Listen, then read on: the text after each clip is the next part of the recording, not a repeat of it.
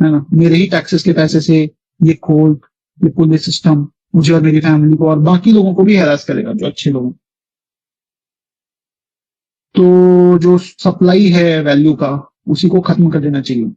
Justice is due, यानी कि न्याय बाकी है।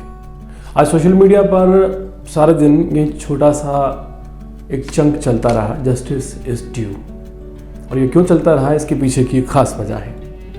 दरअसल बेंगलुरु के एक एआई इंजीनियर जिनका नाम अतुल सुभाष है, उन्होंने अपनी जान दे दी।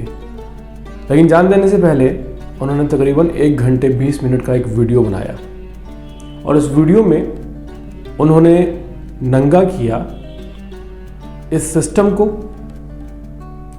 उन महिलाओं को जो पुरुषों को प्रताड़ित करती हैं, और उन सभी लोगों को जो कहीं ना कहीं गिद्ध की तरह नोचते हुए नजर आते हैं। उस पुरुष को, जो पुरुष बेवजह के झूठे जो मुकदमे हैं उनमें फंसा हुआ होता है। एक पढ़ा लिखा शख्स जो कि ऑलरेडी मेंटेनेंस के नाम पर 40,000 रुपये महीना अपनी वाइफ को दे रहा था, वो खुद की जान लेने पर मजबूर हो जाता है, जिसके पीछे की वजह एक नहीं है।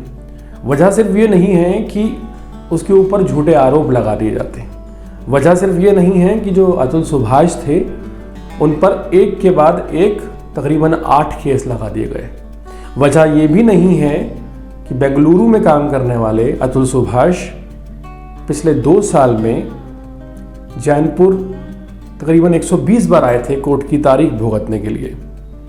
वजह ये भी नहीं है कि अतुल सुभाष ने शादी की, उनका बेटा था, और जो उनका बेटा था वो उसके साथ अपनी खुशहाल ज़िंदगी बिताना चाहते थे, उसे बेहतर फ्यूचर देना चाहते थे, लेकिन वो नहीं दे पाए।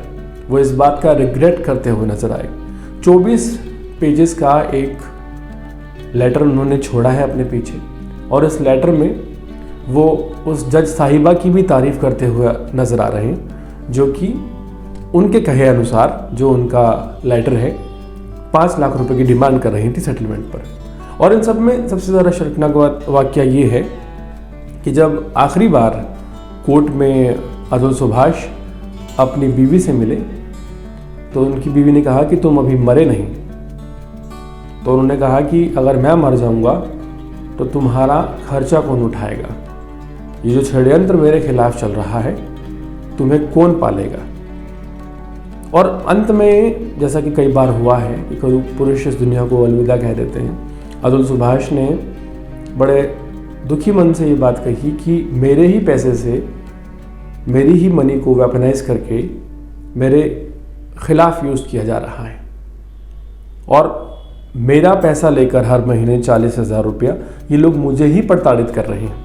और ऐसे में एक शब्द, एक लाइन कहती हुई उनकी वाइफ नज़र आती हैं, जो उन्होंने मेंशन की है अपने 24 पेज के एक नोट में, कि अगर मैं मर भी जाता हूँ तो भी मेरे परिवार वाले मेंटेनेंस देंगे, मेरे परिवार वाले इस दुख को भोगेंगे, उनके ऊपर और केस लगाए जाएंगे, और ये मामला इसी तरह चलता रहेगा। पूरा 24 पेज का लेटर, 1.5 घंटे की वीडियो, और एक शब्द, और शब्द था जस्टिस इज ड्यू। आखिर कब तक न्याय बाकी रहेगा और पुरुष प्रताड़ित होते रहेंगे? आखिर कब तक महिलाएं, ये जो कानून बने हैं प्रताड़ित महिलाओं के लिए बने थे, इनका दुरुपयोग करती रहेंगी? आखिर कब तक पुरुषों को एक कीड़े मकोड़े से भी बदतर जिंदगी जीने पर ये महिलाएं मजबूर करती रहेंगी? सोचिए, एक धंधा चल पड़ा है कि एक लड़की शादी कर आती है, कुछ ही दिनों में डाइवोर्स ले लेती है या फिर केस फाइल कर देती है, और उसके बाद पूरी ज़िंदगी बैठकर एक शरीफ आदमी की कमाई खाती है। इस मुकाम पर लाने के लिए या इस तरह का वातावरण बनाने के लिए तो कतई नहीं इस तरह के कानून बनाए गए होंगे।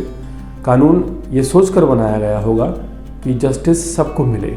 लेकिन आज जो हो रहा है, आज जो अतुल सुभाष के साथ हुआ है, ये वाकई दर्दनाक है। मुख्यतः देखा जाए तो वो बिहार के रहने वाले थे, लेकिन उनका काम जो था वो बेंगलुरु में था, उनकी वाइफ जैनपुरी की थी। और इन सब के चलते उनका जो प्रोफेशनल लाइफ है वो सेक्रीफाइस हो रही थी, उनकी पर्सनल लाइफ सेक्रीफाइस हो चुकी थी, उनके माता पिता की ज़िंदगी, उनके भाई की ज़िंदगी, उनकी ज़िंदगी तबाह हो चुकी थी। जो बदनामी हुई उसका उन्हें डर नहीं था। 3 करोड़ रुपए सेटलमेंट के नाम पर मांगे जा रहे थे। 3 करोड़ वो शायद नहीं दे सकते थे, बावजूद इसके कि उनकी बीवी कमाती थी 40,000 रुपये महीना, मेंटेनेंस देते थे।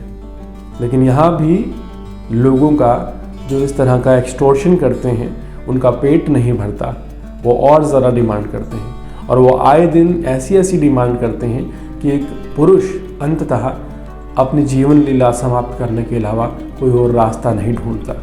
ये दिनों दिन बढ़ता जा रहा है और भारत के लिए एक बहुत बड़ा चिंतनीय विषय है। यहाँ तो कई लोग ऐसा भी कहते हैं कि अगर आपके पास पैसा है तो आपको अकेला रहना ही बेहतर है, क्योंकि जिस तरह से उत्पीड़न किया जा रहा है पुरुषों का, जिस तरह से अतुल सुभाष के साथ किया गया, अतुल सुभाष ये कहने पर मजबूर हो गए कि उनकी लाश जो है उसे किसी कोर्ट के सामने वाले गटर में उनकी अस्थियां बहा दी जाएं, जब तक उन्हें न्याय नहीं मिलता उनका अंतिम संस्कार ना किया जाए। लेकिन ये सब चीज़ें कहाँ पॉसिबल है? न्याय कैसे मिलेगा, कब मिलेगा, ये एक बड़ा सवाल है। हाल फिलहाल एक छोटी सी लाइन जो सोशल मीडिया पर ज़ोरों से ट्रेंड कर रही है, जस्टिस इज़ ड्यू, इसने फिर से कई सवाल खड़े कर दिए हैं कि आखिर कब ये सिस्टम सुधरेगा, कब न्याय मिलेगा। और जस्टिस की यहाँ बात की गई है, क्या पुरुषों को जस्टिस मिल भी पाएगा या नहीं मिल पाएगा।